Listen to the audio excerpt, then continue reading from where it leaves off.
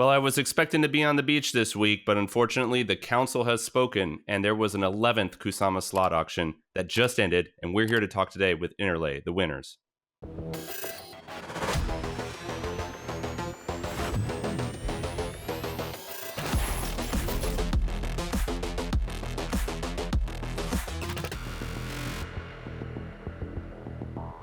Well, it's good to have you back, Alexei, on the podcast, and we're also joined now by Dom, your co-founder at Interlay, and surprisingly enough, we're here to talk about you guys winning the 11th Parachain slot auction, which didn't exist just a little while ago, so I'd love to dig into that in a little bit, but like, real quick, I mean, what has your day been like so far? What's the rest of the day going to look like? Well, I mean, it's been super exciting. We had kind of expected that we'll have a good chance winning after kind of last week being in lead the whole time. But still, I think especially Dom is now pretty relieved.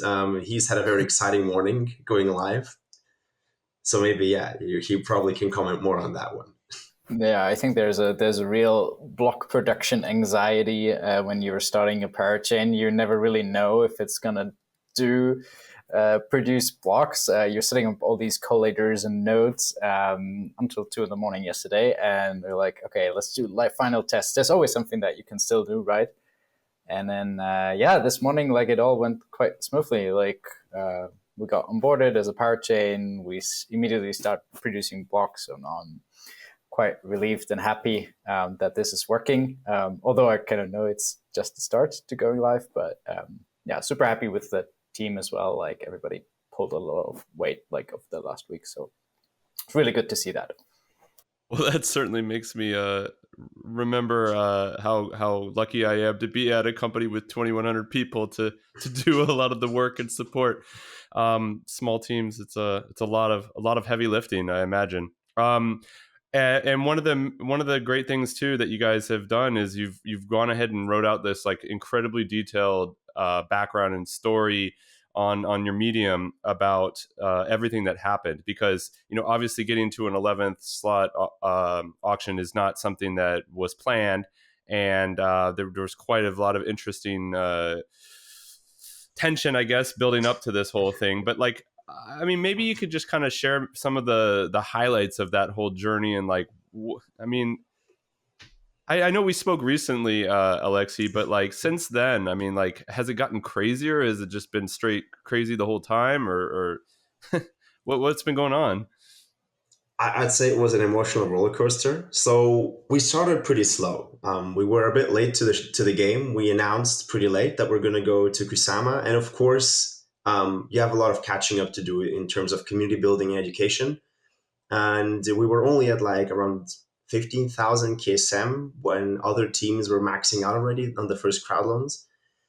And that was a sign for us, okay, like we really have to accelerate. So together with like our PR team and marketing team, we really started this campaign, Kintsugi to Kusama, and that really took off. So we tripled our community numbers over the next 2-3 weeks. And then the KSM started increasing. And suddenly on the 23rd of September, we were at 50,000 KSM, and we're like, hey, we're back in the game, actually. We can still make this. But then again, other teams were just continuously overtaking us, and we're again falling behind. And then I believe it was on the 23rd of September. So rather towards the end, it looked pretty tough, right? Like it was, we're not, it's like slot 9, that's really out of reach. Slot 10 is going to be really tough. Everybody else is quite ahead of us. And then I think my highlight was on Friday the 24th. I woke up in the morning and I get like messages from the community like, hey guys, like there's a bug in Polkadot JS. It's showing 109,000 KSM. I was like, no way, that must be a bug. Because everything else, Subvision, Parachains info, market cap, everybody else, even our own crowdloan website was showing the old value, 49,000.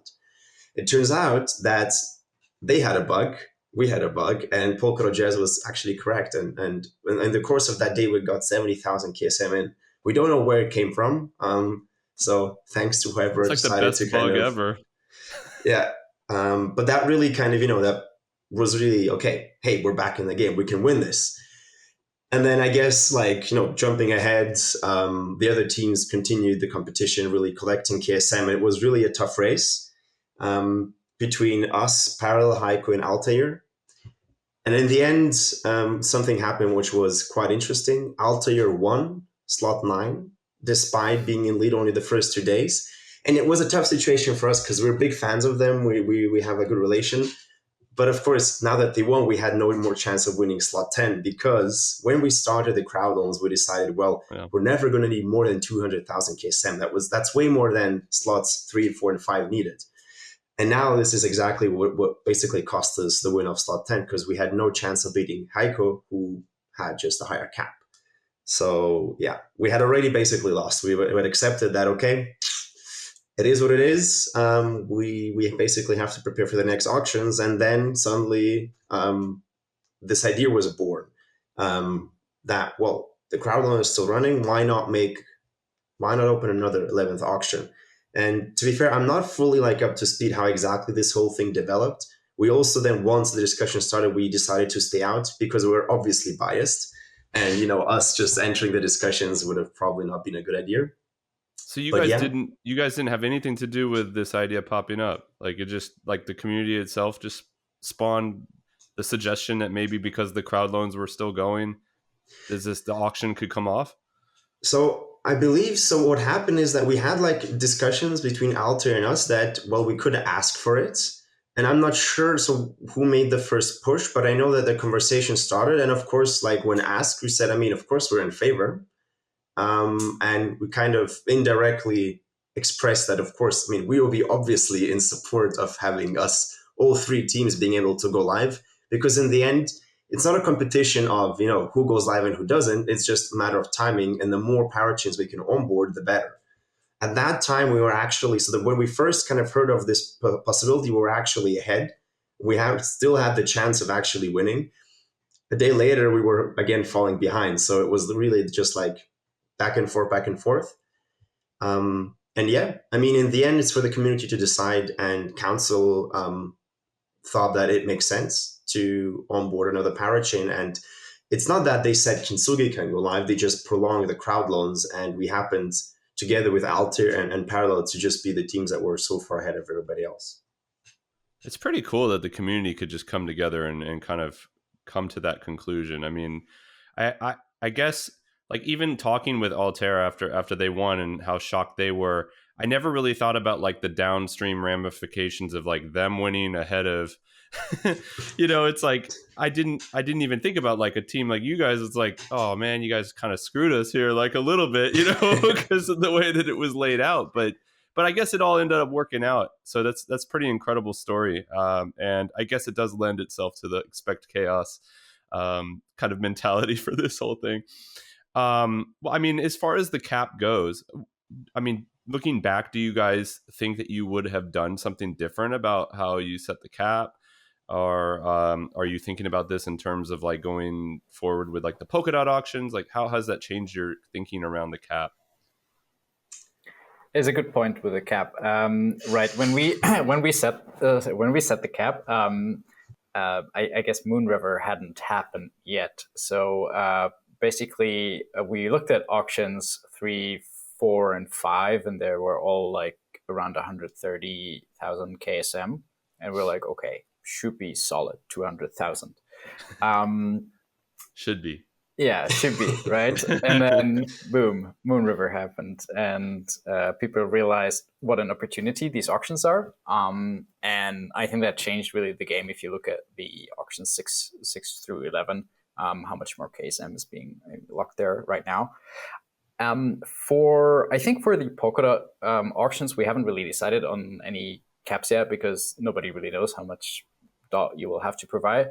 But I guess one strategy that seems sensible is to kind of soft cap. So what people are doing right now is you take your cap, and on that you calculate token distribution, but you can kind of set a soft cap on which you calculate the base distribution if that gets filled, but you still leave yourself a little bit of wiggle room if you want to. So that you don't end up in a situation like we did, where basically Heiko was just a couple of 100 KSM ahead, but there was no chance that we could have beat them anymore. Yeah, it's all interesting stuff that's new, and then Polkadot seems to I mean, it doesn't. You would think that like all the Kusama learnings would just be like directly applicable to Polkadot, but I think that there is definitely going to be some like interesting nuances there and how people approach it. You know, Alexei, when you were on, we asked you for a chaos score. Dom, I don't know if Alexei briefed you in or if you heard about this, but essentially we ask all the guests on the show to kind of give a chaos score, which is like a number 1 to 10. How chaotic has this whole process been for you? Considering you were up till 2 a.m. trying to get blocks to produce, it may have been even more chaotic for you. But we'd love to get a number from you if you'd go ahead and rate. How has it been for you? Yeah, for me, it's, I don't know, like a clear 11, 12, 15. And I could pick it up with some actual proper, like, I don't know if you know, but yesterday, Parity, while we, there's West End as a testnet, right? We were still testing yesterday, trying to make sure everything works. And yesterday, Parity merged the new Polkadot release 9.11, and that was breaking all of our like relay chain collator synchronization. And that was like, okay, you're a day before going live, you want to do your last tests, and then there's a software upgrade happening upstream that breaks your stuff, and you're like, okay, great, what to do now? But to be fair, like for Parity, like they was helpful in like the chat and working on us with that for also quite a long evening for them. But yeah, the chaos is definitely high. So yeah, I clear 11, 12 for me, like really out of scale.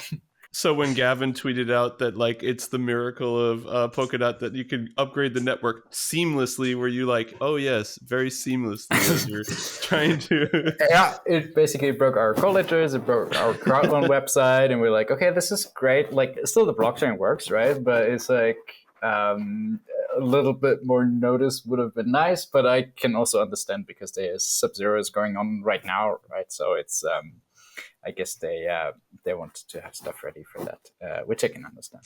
I also think like it was fixing a bug, right? So I think there was another issue that this release was fixing. So it was kind of prioritizing, okay, existing chains versus ours.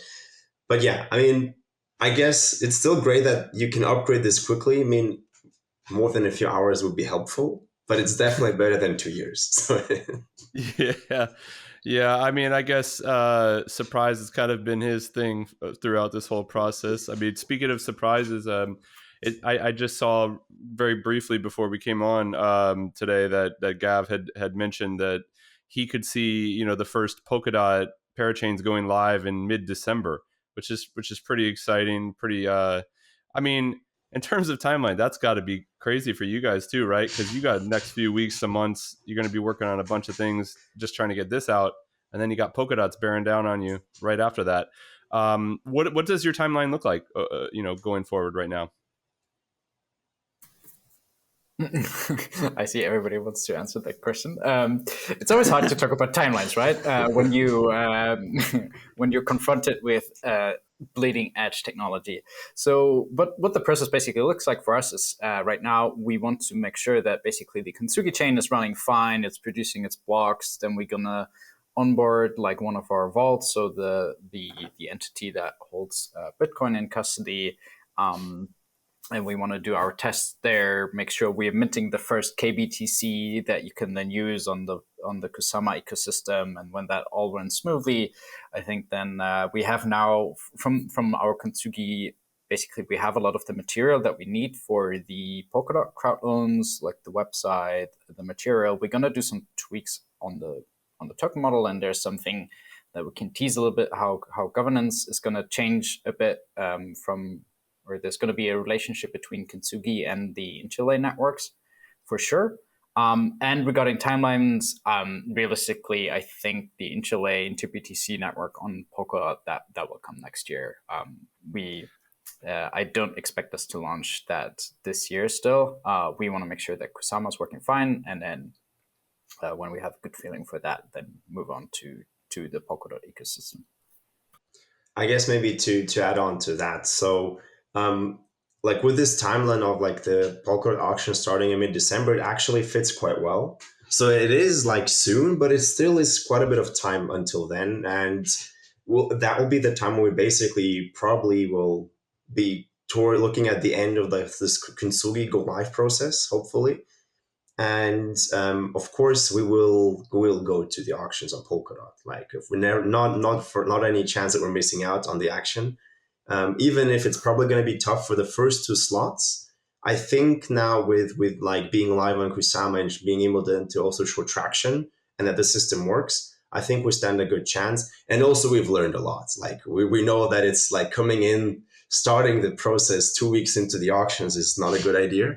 So we're prepared, and the next few weeks are actually going to be like it's going to be like a parallel process, onboarding and launching Kintsugi, but at the same time preparing for the auctions, making sure we have all the material ready. Everybody knows what's going on, what this means, how Kintsugi and this new kind of Polkadot or Interlay network on Polkadot interplay. So yeah, it's an exciting time ahead, but I think you'll see us in the auctions pretty much from the start. So have you guys set up any discords between you and Parallel Heiko and the others at Altair to try and figure out how you guys are not going to, how you're going to time this whole thing, or are you guys just going to wing it again? Hope it doesn't happen. I think so. Of course, like we've been talking to each other, like the founders have been texting each other, but it's a fair game, right? I mean, yes, we're competing, but in the end, we're all collaborators, we're all partners, we're all going to integrate. So it's kind of this weird situation where, okay, let's talk integrations, but well, only one of us is going to go live. But yeah, I think like for Polkadot, it's all quite open. I've spoken to a few teams and like who've hinted like what they will do. Of course, I cannot disclose, but I do believe that it's going to be super competitive, like nowhere near what we saw for the first 5 Polkadot auctions, because now everyone's ready and everybody knows the game. So it's like a few teams, like, in the first auction, they had a lot of time to prepare, they were ready, and, they were really preparing for these auctions. Now, like teams like us, we've caught up. So we're basically, we're going to be fighting like from day one. So it's really going to be interesting, I think. I mean, of course, I believe without dropping names, you have 2 contenders for the first 2 slots, but I think 3, 4, and 5 are going to be quite exciting. Do you guys think that they're going to approach this the same way? Just going to be like tranches of 5 auctions, or do you think they're going to expand it maybe for Polkadot, or you have no clue? I would guess so. If I had to guess, I would say probably similar to Kusama, just because it worked. Although we might see, depending on how Kusama progresses, if Kusama enters this phase of recurring auctions, we might see this come to Polkadot earlier.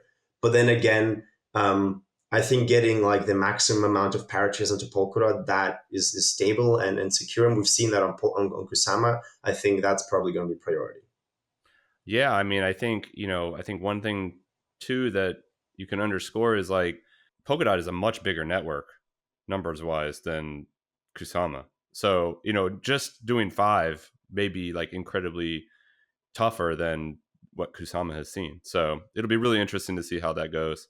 So, we didn't even get a chance to just talk briefly real quick about what Kintsugi is trying to do. I mean, you guys are bringing Bitcoin to Polkadot or Kusama, which is pretty amazing. I mean, maybe you could just give like a real quick synopsis of like what's going to be coming out in the beginning of the year when you guys roll live, so our listeners who maybe didn't catch the other interview understand. Do you want me to go, Alexei? Go ahead. Okay, yeah, cool. go ahead. Right, don't jump it. Don't everybody jump at once. yeah. So, right. What we're doing is we bring Bitcoin onto Kusama. It's called KBTC, so it's a representation of Bitcoin. You can use it then on any other Kusama chain. The idea is via XCM, it's going to be available everywhere. The big difference to other rep Bitcoins that you have in the market right now, like RepBTC or TBTC, is that we have a completely open set of custodians, so anyone can just run one of these entities. They're collateralized, very similar to how Mako works with DAI. Basically, we collateralize your position. You get your Bitcoin. If the custodian decides to do something that's not ideal with your Bitcoin, then you can always claim back the collateral basically as insurance. So it's like it's the first fully insured Bitcoin bridge where if your tokens go somewhere where they shouldn't go, you can always claim back that insurance. And it's also the first bridge with a fully open set of custodians. And then in terms of integrations, obviously all the parachains on XCM. So I don't know, trading, like drawing stable coins from Karura, going on to Moonbeam. There's some exchanges there. I think that could be quite interesting. Then obviously the DeFi native ones that we have on Kusama with Basilisk, for example. And what we're working on as well is we have a interchain grant to bring that to Cosmos via IBC as well. So the Kintsugi bridge should be available in the Cosmos ecosystem. And then we're, I think, as the rest of the ecosystem, waiting quite desperately for Ethereum bridges as well, so that we can bring over KBTC to Ethereum then as well. We have a bunch of other new features as well. So we're working on an EVM so we can build like Bitcoin native products, and we have a ton more of ideas that we want to bring in, but I don't want to. I think we can tease one. I think one we can tease. I mean, I've teased like into BTC 2.0, which is coming next year. But on Kintsugi before that, I guess one thing that fits quite well with the Kusama brand is a DEX. So our system already supports a DEX, basically. All the functionality is there. And essentially, this rebalancing and exchanging even potential BTC for collateral is already a swap. And what will enable is that you can trade Bitcoin, physical BTC on the Bitcoin chain against any asset on Kusama. But the main reason why we actually wanted to do this is we can bring these very originals, the very first NFTs that you have on Bitcoin, you can bring them to Kusama and trade them there, like Pepe Cash. And I think it's a very easy thing to build, but I think it's something that fits very well with the brand of Kusama. That's all you got to say is Pepe Cash. I mean, right there, people they stopped listening. They were like, Pepe Cash? All right, I'm in. No, that's pretty amazing. I mean, just thinking back to like when I got into space back in 2012, when colored coins were kind of like just the du jour topic. It's pretty amazing where things have gone. And it's pretty incredible what you guys are working on. I'm really excited to see Bitcoin get more utility, especially over on Kusama. Sounds like Cosmos. So really amazing. Where can everybody who's following the podcast get you guys? Where can they go and find out more about all of this? I believe all the links are on the Interlay website, so interlay.io. And if you go to that website, you'll find links to our Discord, where we're always active, Telegram, if you prefer that, our Twitter accounts, which you can follow for latest updates, or also our Medium blog, where you can read more about what's going on. That's great. Awesome. Thank you so much, guys, for joining in. I know you guys are super busy right now and got a lot on your plates, but Dom and Alexei, really great to talk to you guys again. And good luck. Congratulations. Thank you very much. Thanks for having us. Thanks again to our guests, Alexei and Dom. Make sure you like, subscribe, and review us on your favorite podcast platform. And we'll be sure to bring you along as we get a backstage pass to the world of Parachain auctions. Until next time, I'm Brian Hoffman, and this has been the Parachain Auctions Podcast.